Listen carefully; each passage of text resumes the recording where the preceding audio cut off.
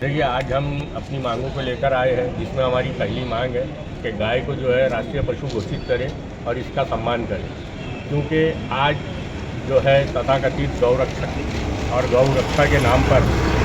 गरीब मुसलमानों की मॉब लिंचिंग हो रही है। और देश में ये कौन सी दोहरी मानसिकता है कि कहीं कहीं पे मम्मी और कहीं कहीं पे यम्मी। आज पूरे दुनिया के अंदर में भारत दूसरे स्थान पर है बीफ एक्सपोर्ट में, और जो गाय को माता का दर्जा देकर गाय के नाम पर अपने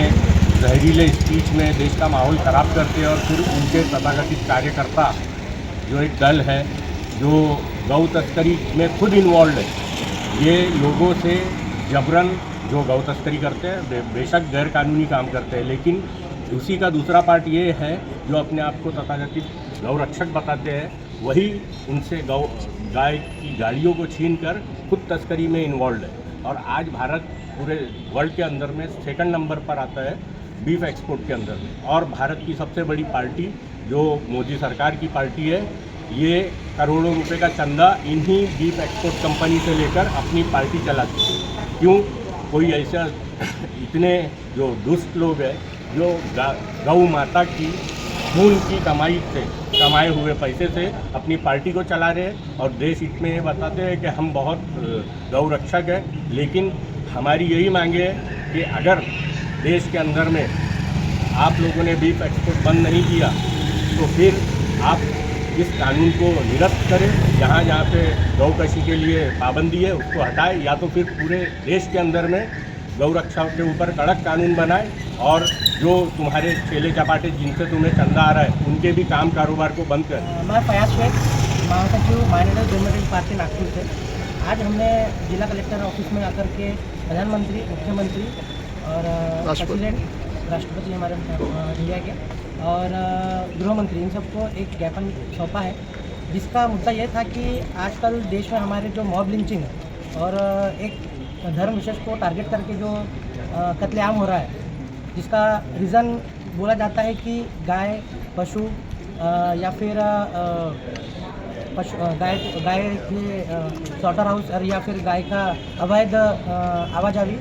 लेकिन इसका सबसे बड़ा मेन मुद्दा ये है कि जो स्लॉटरिंग हाउस है ये किसके हैं। आज हम अगर इंडेक्स में देखेंगे, एक्सपोर्ट बीफ इंडेक्स अगर हम लोग देखते हैं तो 2014 के बाद से कंटिन्यूस उसका रैंकिंग अप हो रहा है। 2014 में तीसरे या चौथे नंबर पे था, आज दूसरे नंबर या से पहले नंबर पे आ चुका है। अगर पूरे देश में एक कानून एक संविधान, हमारी यही मांग है कि पूरे देश में एक कानून एक संविधान लागू हो, जिसके तहत गाय को राष्ट्रीय पशु घोषित किया जाए, और ये मॉब लिंचिंग की जितने भी आपराधिक गतिविधियाँ या फिर घटनाएं हो रही है इस पर रोक लगा। यहाँ कलेक्टर ऑफिस में ज्ञापन देने आए औरत जो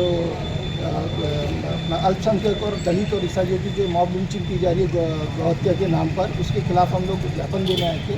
जिसमें हमारी राष्ट्रपति, प्रधानमंत्री और मुख्यमंत्री से निवेदन दिया हमने कि इन जो गाय एक्सपोर्ट है वो पूरी तरह से बंद किया जाए, या फिर अगर आप वो बंद नहीं करते हैं तो जो प्रतिबंध है उसको हटाया जाए। क्योंकि यहाँ एक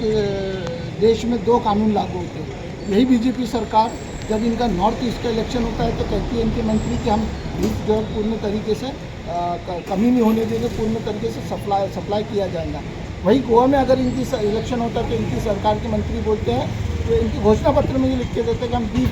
जो है वो उसका पूरे तरीके से सप्लाई पूरा करेंगे, कमी नहीं होने देंगे। ये दोहरी मानसिकता की। वही उत्तर प्रदेश में इनकी सरकार है तो वहाँ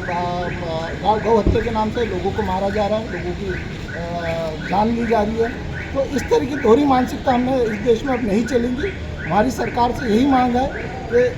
एक तो गाय को राष्ट्रीय पशु घोषित किया जाए, या पूर्ण तरीके से इसके ऊपर इसका जो कानून है बंदी का वो निरस्त किया जाए, और साथ ही साथ जितने भी टॉप 5 या टॉप 10 कंपनीज है जो बीफ निर्यात एक्सपोर्ट करती है, उनके ऊपर भी प्रतिबंध लगाया जाए। तो हमारी सरकार से कड़ी मांग है कि इसके ऊपर हम सख्त से सख्त कार्रवाई की जाए। नहीं तो अगर नहीं करती है तो हम जो है राष्ट्रीय लेवल पे इसका विरोध किया जाएगा। धन्यवाद।